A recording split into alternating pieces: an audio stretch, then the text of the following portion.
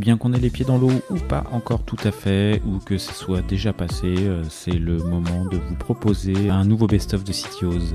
Bonne écoute à tous.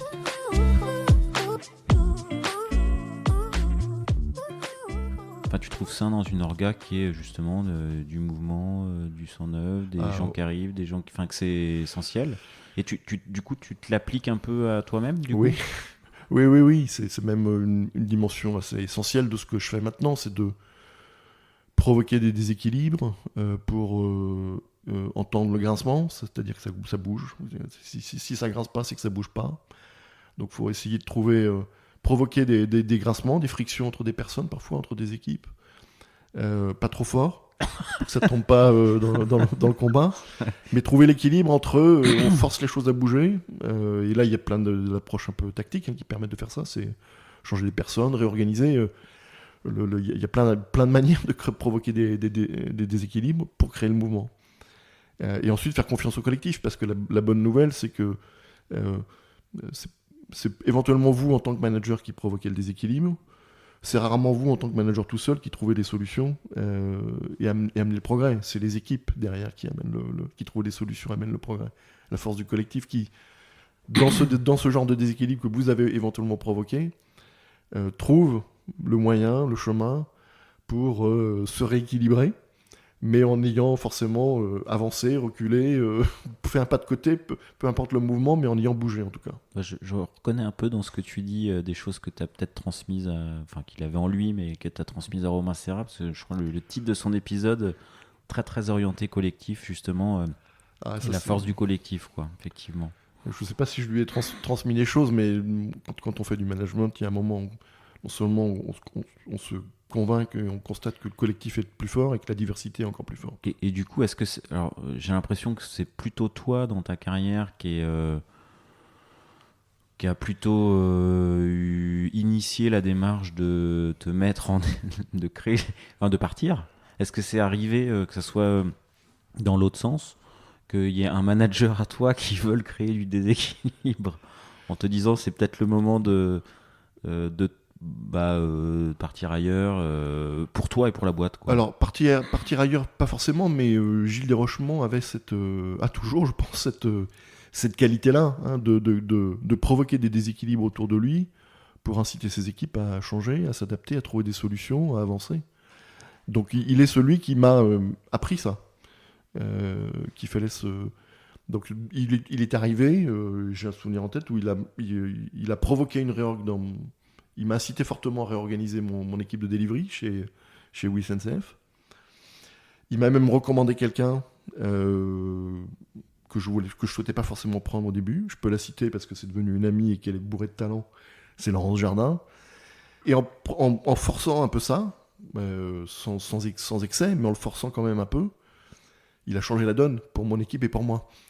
Donc il a créé des conditions où il s'est avéré que Laurence a été la bonne pièce au bon moment, avec une richesse incroyable, une diversité supplémentaire, et que l'équipe de delivery à ce moment-là s'est déployée, s'est décuplée et a largement progressé. Mais il a fallu que ça grince un peu. Oui, l'impulsion du changement, c'était Gilles qui l'avait donné, et s'il ne l'avait pas fait, j'aurais peut-être pas fait ce mouvement-là, ou en tout cas pas à ce moment-là. Il a imposé ou il a fortement suggéré? Il y a eu une tactique. C'est là qu'il y a une dimension tactique dans ces choses-là. C'est-à-dire qu'il ne faut surtout pas l'imposer. Ça ne marche jamais comme ça. Donc c'est de la suggestion, de la discussion, du partage, d'échange d'idées, de l'incitation, effectivement, éventuellement un peu forte par moment. Ça peut valoir le coup de temps en temps d'utiliser le poids de la hiérarchie, mais c'est une corde parmi d'autres à son arc.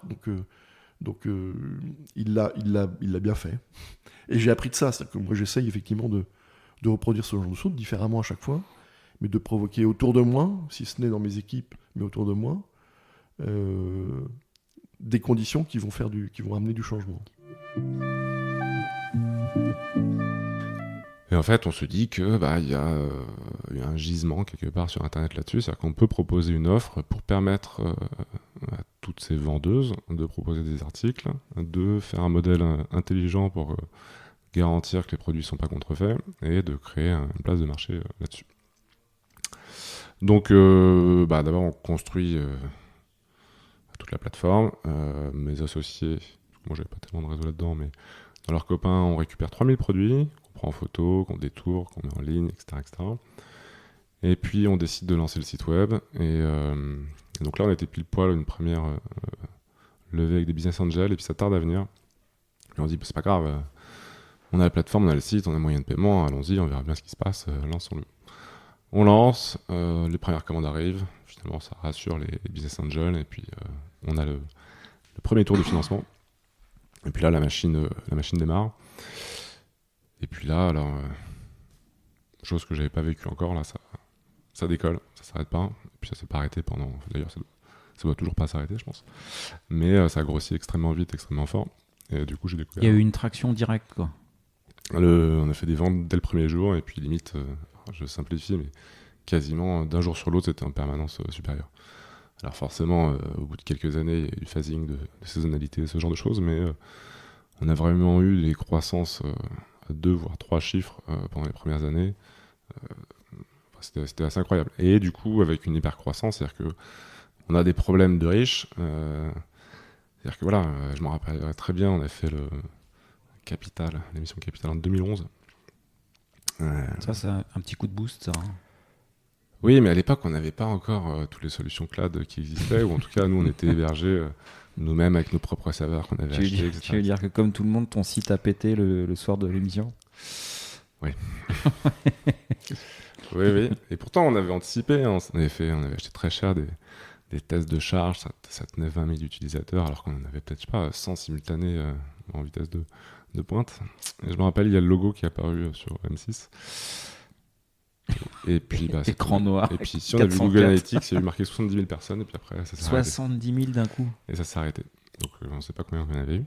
Après, on avait quand même un peu préparé les choses, c'est-à-dire qu'on avait prévu un fallback, c'est-à-dire que si le site explosait, ça tombait sur un site statique bête et méchant, où il y avait vraiment zéro technique derrière, pas de PHP, rien du tout, qui nous permettait de collecter des mails. Et je crois qu'on en a collecté 250 000. Ah ouais. Et tu passais pas par... vous avez des solutions de CDN, j'imagine Ouais, on avait branché Akamai à ce moment-là. Mais bon, le truc, c'est que l'origine, donc le site web en lui-même, était quand même très dynamique, base de données, etc. Donc on n'avait pas fait encore à ce moment-là tous les efforts d'abstraction et de surcouche statique.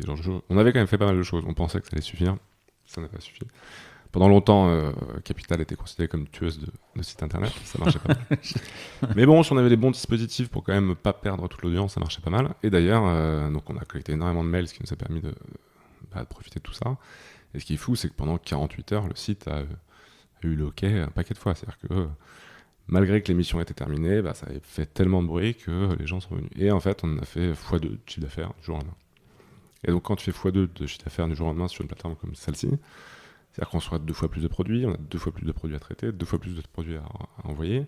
Sur la supply, tout de suite, c'est déjà un bazar à gérer. C'est ça, et le modèle de vestiaire, c'était de réceptionner tous les produits physiquement, de vérifier s'ils sont vrais, s'ils sont dans l'état annoncé, et puis de les repackager, de les renvoyer. Donc là, il y a beaucoup de manœuvres, c'est-à-dire que c'est pas comme le Bon Coin, où c'est le vendeur qui envoie directement à l'acheteur, où finalement ça peut scale à l'infini sans...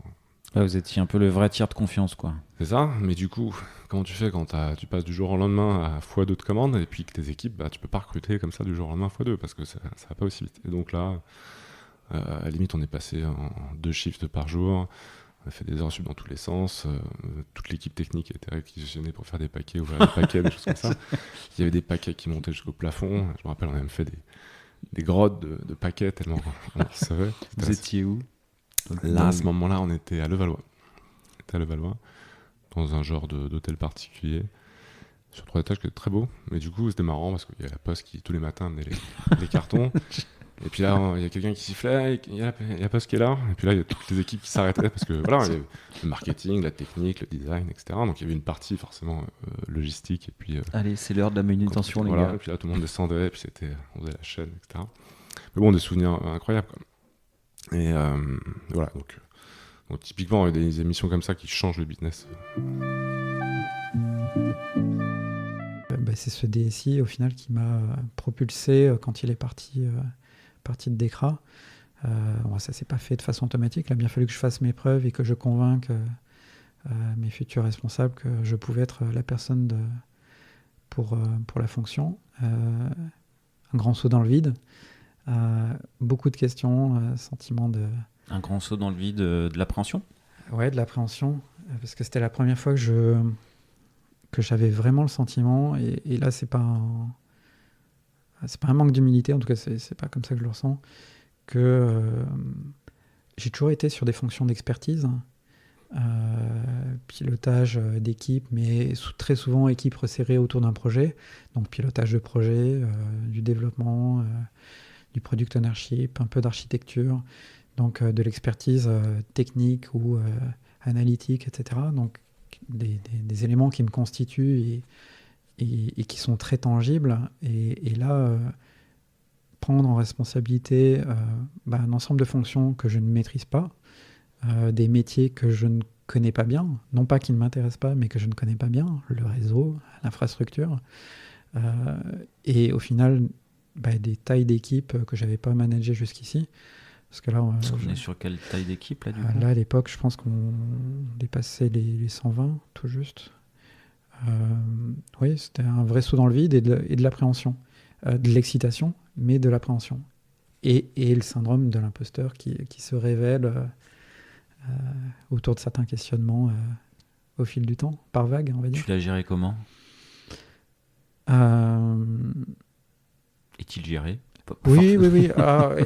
Il est toujours là parce que c'est quelque chose qui me représente. Est-ce que c'est lié à...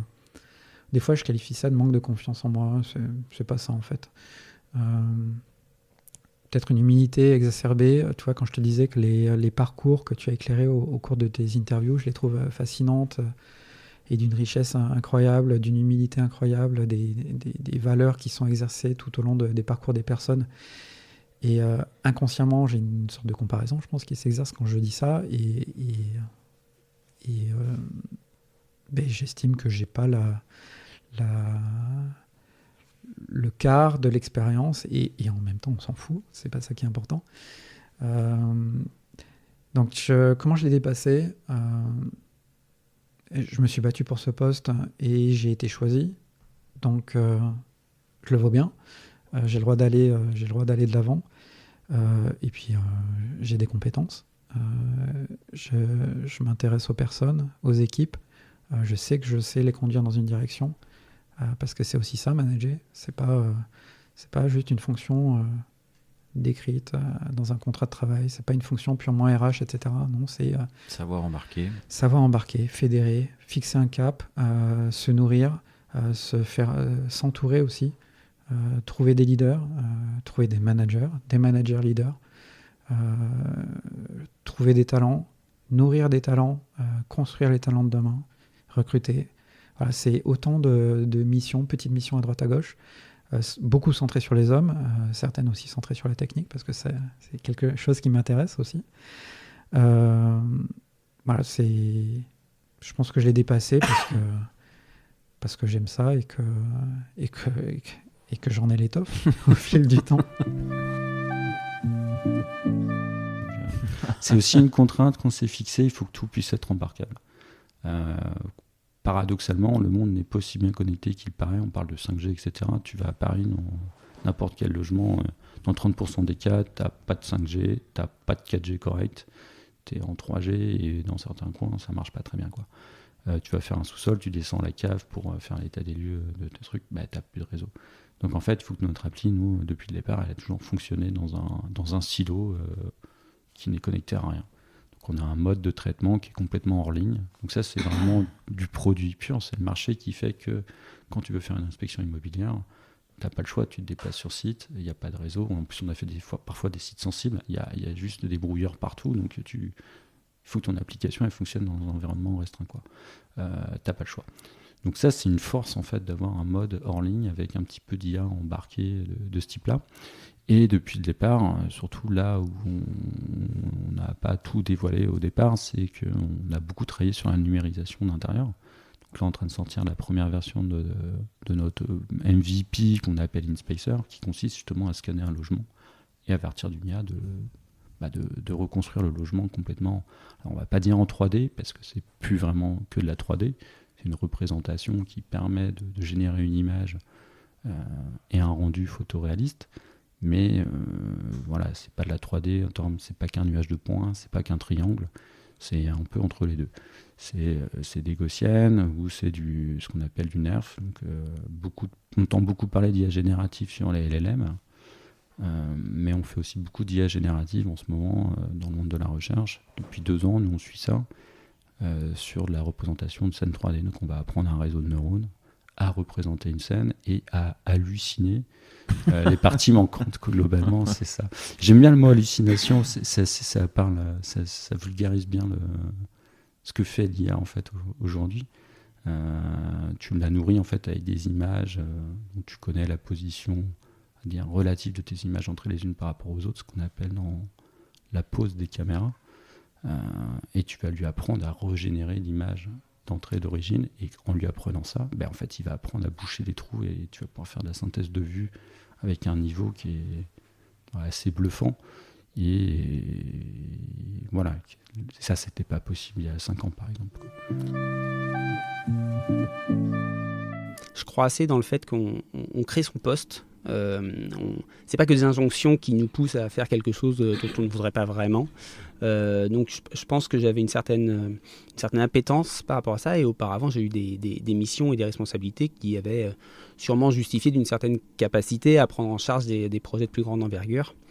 Et puis il y avait aussi la volonté personnelle de se dire c'est un beau challenge, pourquoi pas se lancer là-dedans aussi. On crée son poste. Ouais.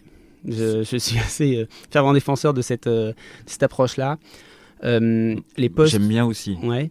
Je trouve que les postes, ils commencent avec un cadre. Effectivement, on cadre un poste pour le proposer à quelqu'un, pour décrire une offre d'emploi. Mais entre un cadrage à un instant T et puis le tempérament de la personne, ses compétences, ses skills, sa volonté et le contexte dans lequel elle va tomber, donc l'organisation, là aussi qui va évoluer dans le temps, les projets auxquels la personne va être confrontée, finalement ça ouvre quand même un champ de possibilités qui est assez énorme. Et tout ça, je pense, en adressant le point, ou en tout cas en favorisant l'épanouissement des compétences en particulier. C'est-à-dire que quelqu'un qui est bon quelque part, s'il a un environnement dans lequel il va pouvoir le mettre en avant, ça va vraiment créer des belles choses. A contrario, s'il a des compétences et qu'on le cadre trop, et que ce n'est pas exactement dans le cadre des compétences, on n'en profitera pas, ni la personne, ni l'entreprise.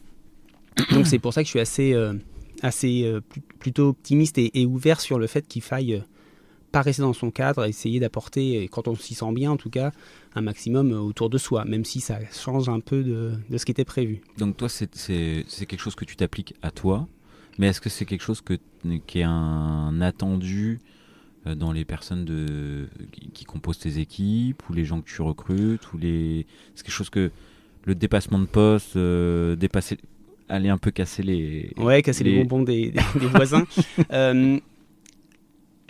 Je pense que je me l'applique à moi. Alors on pourrait me le reprocher aussi, parce que c'est pas toujours. Faut savoir le faire, sans dire que c'est si complexe que ça, mais faut avoir un peu de finesse et se sentir capable de. Mais au-delà de ça, je pense que l'environnement dans lequel tu places la personne, oui, en fonction de la façon dont tu vas lui présenter les choses, tu vas aussi, et moi je vais essayer de le faire comme ça, en tout cas, de le pousser à pas rester cloisonné à un périmètre bien défini, et dire, si tu sens que tu as des grosses questions sur tel ou tel sujet, n'hésite pas à prendre le temps d'en parler, à essayer de poser plus de questions qui vont t'amener les réponses que tu n'as pas. Et peut-être que ça va soulever des idées chez les autres, etc. Donc je suis assez favorable à avoir des postes, des cadres de postes un peu flous, pour justement permettre, et des rôles un peu flous finalement, pour justement permettre ce petit dépassement. Alors sans non plus dire faites ce que vous voulez, et puis vous verrez bien ce qui va se passer. Donc on cadre un peu les choses, mais on favorise le flou des limites. On en parle beaucoup, et de plus en plus, et tant mieux. C'est comment est-ce qu'on travaille aussi avec les femmes dans la tech. Il faut comprendre que, Moi, quand j'ai grandi, j'ai jamais eu l'idée qu'il y avait une structuration des domaines en fonction du sexe de la personne. C'est des idées. C'est une idée étrange, hein, en fait. Hein. Ouais, enfin, j'ai grandi en Roumanie post-révolution où tout le monde travaillait tous les sujets et tout le monde faisait des maths. C'est pas parce que les maths n'étaient pas assignées aux garçons. Dans ma classe d'informatique au lycée, on était majoritairement des filles parce que juste les filles travaillent un petit peu plus à l'école. Bon, voilà. Donc, loin de moi cette idée. Mais avec le temps, j'ai vu que j'ai commencé à observer quand je vais en conférence, il y a 2-3 filles dans une salle de 100 personnes. Ce qui est pas agréable, même si au début on le note pas. À force d'en parler, on commence à s'en rendre un petit peu compte. Et donc, il me semble très important de faire attention à ce sujet-là. Et d'ailleurs, je l'ai senti quand j'ai travaillé dans une équipe où les gens étaient sensibilisés au sujet. C'était beaucoup plus agréable parce que on me coupait moins la parole et j'avais de la place pour m'exprimer. Et c'est quelque chose qui revient souvent dans ce que les femmes développeurs disent, c'est que on leur donne moins la parole. Tu l'as ressenti, ça ? Ouais. Sur certains projets, certaines équipes ? J'ai senti quand il y avait cette bienveillance. Et du coup, derrière... Et donc, à contrario, ouais, ok. Ouais. Après, moi, j'ai tendance à m'imposer assez facilement. Et après, avec l'âge, on te donne plus la parole. Et puis, j'avais changé aussi de rôle en tant qu'architecte. On est un petit peu plus écouté, je sais pas. Donc, je l'ai senti un petit peu moins. Mais oui, il faut pas le prendre à la légère, surtout si on veut continuer à avoir des femmes dans la tech, parce que je pense que les équipes mixtes, c'est les équipes qui performent le mieux, et même être dans un groupe habituellement, c'est beaucoup plus intéressant d'avoir des avis qui viennent des deux côtés. Il faut jamais demander... Tu peux t'amuser, bien sûr on fait des poker planning, etc. Mais une estimation ne sera jamais correcte. Et donc quand tu apprends ça, déjà tu sais que tu vas faire x3, x4, mais en vrai c'est plus x10 dans la vraie vie. Donc, mais moi je suis très très partisane du no estimate. Donc, encore autre chose, du coup, effectivement. C'est pas souvent qu'on entend parler du no estimate. Le no estimate, c'est ce qu'il y a de mieux au monde, et tu gagnes tellement de temps que tu fais les choses beaucoup plus vite, puisque tu n'as pas besoin de t'embêter à faire des estimations qui de toute façon sont fausses. J'ai vu une conférence à Tech Rocks, petite pub au passage, puisque je fais partie de la communauté Tech Rocks. Qu'on salue. Voilà, qu'on salue. Donc j'ai participé à leur newsletter, entre autres. Je me souviens plus du nom du conférencier, mais qui a fait une conférence très très drôle sur le no estimate, qui disait que de toute façon on n'a pas de boule de cristal et que tu sais pas si un dev va tomber malade ou un ordinateur va pas marcher. C'est-à-dire qu'il peut se passer tellement de choses entre le moment où tu commences à coder, déjà avant de commencer à coder, savoir exactement ce que tu vas faire, etc. Et le moment où le truc va être en prod, que c'est impossible de tout prévoir, quoi. Et ouais, moi je suis... Et en fait, ça se passe très bien quand tu fais pas d'estimate, mais bon, ça c'est un autre sujet. Alors pourquoi on n'en fait pas ? C'est parce que... pourquoi le no estimate prend pas ou est difficile à proposer, à imposer ? Je pense qu'il prend. Je pense qu'en fait...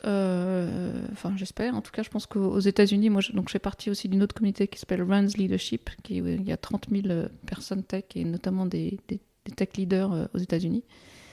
Et le no estimate est il est tout à fait reconnu. Oui. En fait. Alors en France, on le voit pas beaucoup, hein. Ouais. Pour le coup. Mais oui, parce qu'on a cette ancienne idée que la planification c'est une bonne chose et parce qu'on n'est pas vraiment agile. Mais il n'y a pas beaucoup de place pour la planification dans l'agile en vrai. Après, estimer, c'est quand même... bon, j'imagine que estimer, c'est aussi allouer un budget. Et je pense que c'est assez lié dans la tête des DAF, des CEO. Voilà. Est-ce que tu peux réconcilier avec le no estimate le fait de gérer un budget? Ouais. Comment tu le gères, ça? Tout à fait. Parce que déjà normalement l'agile, si c'est du sprint, c'est du time box. Donc ça veut dire qu'est-ce que je vais faire en 2 semaines. Donc c'est pas donc il y a toujours le triangle de scope, qualité et temps. Et donc, au lieu de se dire je vais faire ça en 4 semaines, c'est qu'est-ce que je vais faire en 2 semaines. Donc, tu n'estimes pas, tu décides du scope. Tu définis le scope selon le temps que tu as. Donc, après, le budget, il est simple, c'est 2 semaines d'un dev, c'est tel budget. Donc, tu peux quand même faire du budget. Par exemple, moi, j'ai fait beaucoup de CIR et je fais quand même des budgets très, très précis avec de l'agile. En disant, ça a pris 4 sprints et donc ça a coûté tant. Tu le fais a posteriori. Et après, avec l'expérience, quand même, tu sais. Moi, j'utilise aussi beaucoup le RISE scoring pour décider de ce qu'on va faire et de combien de budget on va mettre.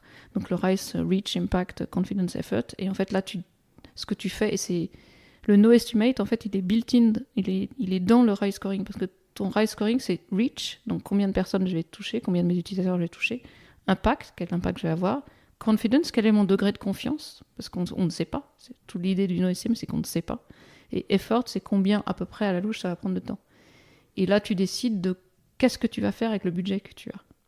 Et c'est la même idée. Et c'est pour ça que c'est top de travailler en start-up, c'est parce que tu peux faire ça. C'est vrai que quand tu travailles en agence ou pour un client externe, c'est beaucoup plus difficile d'aller lui dire tiens, on va donner-nous tant d'argent et tant de temps et on va faire un truc bien. Faites-nous confiance. Vous en faites pas. C'est là où c'est plus difficile. Mais quand tu es maître de ta destinée, parce que tu es en plus en start-up et scale-up, c'est plus facile. Chez un éditeur, en fait, on mise tout sur l'internalisation. Enfin, on a besoin d'avoir des gens qui nous suivent sur un certain nombre d'années. Et normalement, les trajectoires et les stratégies, on les fait différemment. L'animation technique chez un éditeur est toujours un petit peu plus complexe parce que, en fait, d'un point de vue commercial, l'entreprise a du mal à reconnaître le fait que animer techniquement des collaborateurs, ça a une valeur vis-à-vis de la production réelle d'un produit, par exemple, des choses comme ça. Donc tout ça, c'est des cultures, et c'est une culture qui met quand même pas mal de temps à se mettre en place. On a fait pas mal d'étapes diverses. Là, on commence à nouveau à réavoir des présences un peu sur des salons, donc de la part de nos collaborateurs. Et puis, petit à petit, on va s'ancrer dans une démarche de pitch, dans une démarche de blog technique et tout ça. Mais bon, il faut le structurer, il faut avoir les gens qui vont bien. Recruter des bons profils dans la tech, on sait que... c'est pas évident. Tu sais bien. C'est pas évident de trouver les bons. Pas que les autres soient mauvais, c'est juste que on peut pas faire des équipes avec, par exemple, que des juniors. Il faut qu'il y ait un équilibre, en fait. On peut pas faire des équipes avec que des seniors non plus, parce que c'est pas équilibré. Et à la fin, on a d'autres types de problèmes, mais on en a, ça c'est sûr. Voilà, c'est tout ça qu'il a fallu mettre à plat. Et après, il y a... Ouais, c'est ça, il y a aussi les succès. Nous, on est sur des marchés où c'est long. Ah ouais. Très long. C'est quoi les délais? Il y a des projets 2 ans avant de sortir, 2 ans de dev. Donc le marché du dev, combien de devs restent plus de 2 ans dans leur job en ce moment? Enfin, nous, là, on en a pas mal qui sont là depuis le début du produit qu'on a.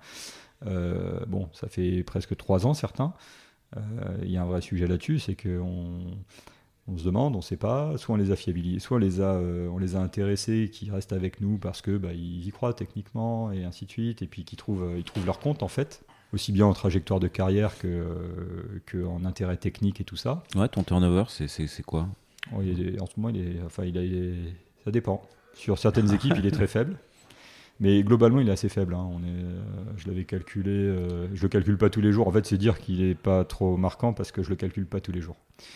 Après, quand tu me décris Nouvelle souche technique, on repart sur bonne archi, bonne pratique, craft. Oui, mais même là-dedans, on peut avoir du churn. Hein. Enfin, il suffit de se désaligner au sens vous me laissez pas faire ce que je veux et tout ça, et puis il y a des gens qui churnent. Hein. Mais en fait, on est vraiment pas élevé. Bon, je l'ai pas exactement. Hein. Mais je vais dire une bêtise si je dis un chiffre, je pense. Je dis rien. Pas de fact-checking. Voilà, je veux pas donner de fausses informations. Les fake news. 2%. Non, il y a très peu de churn. Après, on essaie de faire attention aussi. On essaie de travailler sur la cohésion. On essaie de garder les talents. On a des programmes. Mais en fait, la manufacture aussi, c'est monté. Ça représente à peu près une centaine d'internes. C'est pas pour rien aussi qu'on les a regroupés. C'est aussi que ça permet de faire un jeu de vase communicant. De temps en temps, il y a peut-être des personnes qui en ont marre de bosser sur un sujet. Et ça se comprend en fait. Il y a des gens qui ont besoin d'avoir dans leur vie un sujet par an. Et en fait, qu'est-ce qui nous empêche, nous, si on en a plusieurs des sujets, de faire ce switch en interne plutôt que de prendre un churn? Nous, on y gagne parce que sur un moment de coup difficile, on peut toujours avoir la personne pour lui demander. C'est rare quand même que les gens refusent de donner leurs infos ou de venir aider un copain. Et à côté de ça, au moins, on fiabilise les gens, on travaille sur une cohérence et une cohésion de collectif. Après, il y a un concept que j'ai connu justement récemment, en levant un peu la tête de mon guidon, c'est le disagree and commit. Donc il y a peut-être des gens qui connaissent. Mais c'est en fait le fait de formaliser le désaccord entre les participants. Donc tu as une réunion, différents avis s'échangent, et puis il y a un avis majoritaire qui se dessine, mais il y en a un ou deux qui sont vraiment pas d'accord. Et ben on prend 10 minutes pour que ceux qui sont pas d'accord puissent exprimer leur désaccord, dire pourquoi ils pensent qu'on se plante, et acceptent la décision majoritaire. Et ça, je trouve ça vachement bien. C'est pas quelque chose que j'ai mis en place, mais c'est quelque chose que je mettrai en place dans ma prochaine aventure, parce que je trouve ça hyper intéressant, le fait de formaliser et de se protéger de l'inaction, parce que ceux qui sont pas contents, ils vont être moins dans l'action. Le fait de le formaliser, je pense, ça permet de se protéger de l'inaction. Tu veux dire qu'à l'issue de la réunion, on formalise qu'on n'a pas pris ta décision, mais... Exactement, on peut l'écrire. On peut écrire, un tel et un tel. Laurent, il n'est pas d'accord, mais il est d'accord pour prendre le choix majoritaire. Il accepte le choix majoritaire. Il n'était pas d'accord, mais il accepte. D'accord, mais tu formalises qu'il y a quelqu'un qui pensait autrement. Ouais, et que c'est... Tout à fait. Le fait de l'écrire, c'est prendre en compte la pensée de l'autre, quoi, en gros. Alors, ça prend en compte la pensée de l'autre, mais aussi, on écrit aussi qu'il accepte la décision majoritaire. Et s'il n'accepte pas, on fait quoi? Non, il est obligé. On est dans une team, donc il est obligé de... Effectivement, s'il n'accepte pas, c'est un autre problème. Mais le fait déjà de le formaliser, ça permet de soulever un désaccord. Non, il est obligé d'accepter. Bon, donc du coup, tu préfères... Ça, c'est un truc, j'ai trop hâte de le mettre en place. Et par contre, tu préfères disagree and commit and action que pas d'action, quoi. L'inaction a un coût. Que de ne pas le formaliser, que ça reste un peu comme ça, en non-dit, en fait. J'aime bien le fait de le dire, en fait.